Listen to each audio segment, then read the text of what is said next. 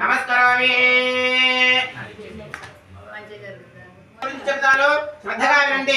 పూర్వము కాశీనగరంలో కాకళ్ళతో నడిపిస్తూ ఎన్నో బాధలు పడుతూ తిరుగుతూ భిక్షాటనగా జీవించుతుండేవాడు.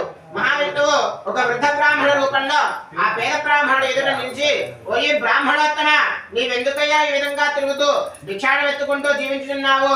నీ కష్టాలు తొలగించుటకై ఒక ఉపాయం ఉన్నది అని చెప్పగా వెంటనే భగవంతుడు బ్రాహ్మణుడు శ్రీ సత్యనారాయణ గురించి చెప్పాడు.